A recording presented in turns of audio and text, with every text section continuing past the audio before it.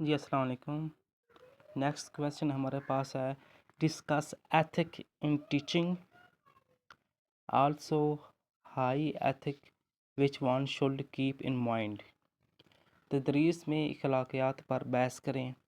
ایک استاد کو اخلاقیات کے حوالے سے کون کون سے مسائل درپیش ہوتے ہیں؟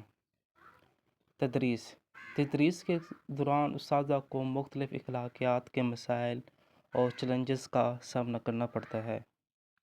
ان مسائل میں سے چند اہم درج ذیل ہیں۔ نمبر 1، غیر جانبدار۔ استاد کا یہ فرض ہے کہ وہ تمام طلباء کو برابر اہمیت دے، لیکن عملی طور پر بعض اوقات اساتذہ کے لیے غیر جانبدار رہنا مشکل ہو سکتا ہے۔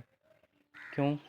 کسی خاص طالب علم سے ذاتی پسند یا ناپسند کا اثر تعلیم پر پڑ سکتا ہے، جو کہ غیر جانبدار ہے۔ دوسرا، ہمارے پاس جو چیز آ جاتی ہے وہ ذاتی معلومات کی رازداری۔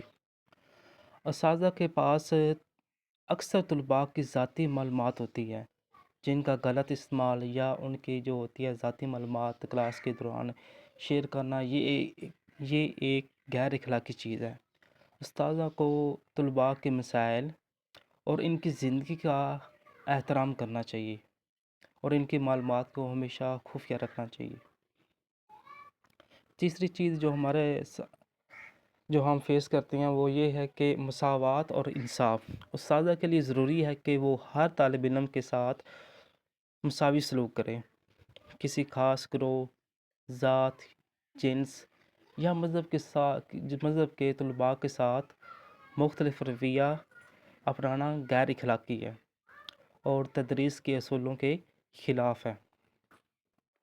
مطلب یہ کہ اساتذہ کرام کو یہ نہیں کرنا چاہیے کہ وہ اگر کوئی اس کے مسلک کا ہے یا پھر اس کے کوئی رشتہ دار ہے تو اس کو زیادہ امپورٹنس ہے، اس کو زیادہ وہ کلاس میں اہمیت دے۔ یہ ایک غیر اخلاقی چیز ہے، اس لیے اساتذہ کرام کو ان چیزوں سے دور رہنا چاہیے۔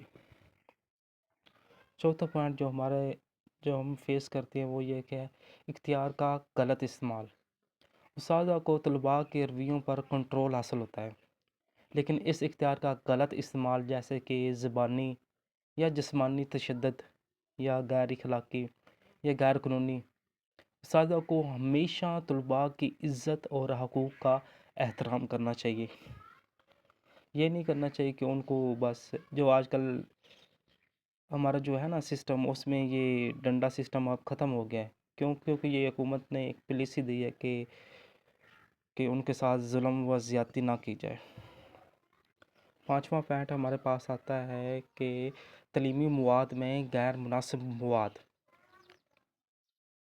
کچھ اساتذہ کی جانب سے غیر ضروری طور پر جو مواد ہے اس سے ان کو اگر کوئی غیر ضروری مواد اپنے لیکچر کے دوران شیئر کرتے ہیں تو اس سے کیا ہوتا ہے، اس سے طلباء پر منفی اثرات پڑ سکتے ہیں۔ اساتذہ کو اپنی ذاتی رائے کو کلاس روم سے الگ رکھنا چاہیے اور صرف علمی حقائق پر مبنی جو ہوگی تعلیم وہ دینی چاہیے۔ اس سے ہٹ کر کوئی اپنے پاس والی جو ان کی رائے ہوتی ہے اس سے اجتناب کرنا چاہیے۔ پوائنٹ 6، امتحانی نتائج میں غیر منصفانہ رویہ۔ کسی طالب علم کو امتحان میں غیر منصفانہ نمبر دینا چاہے کسی غلط فہمی کے تحت یا ذاتی وجوہات کی بنا پر، تعلیمی بددیانتی میں شامل ہے۔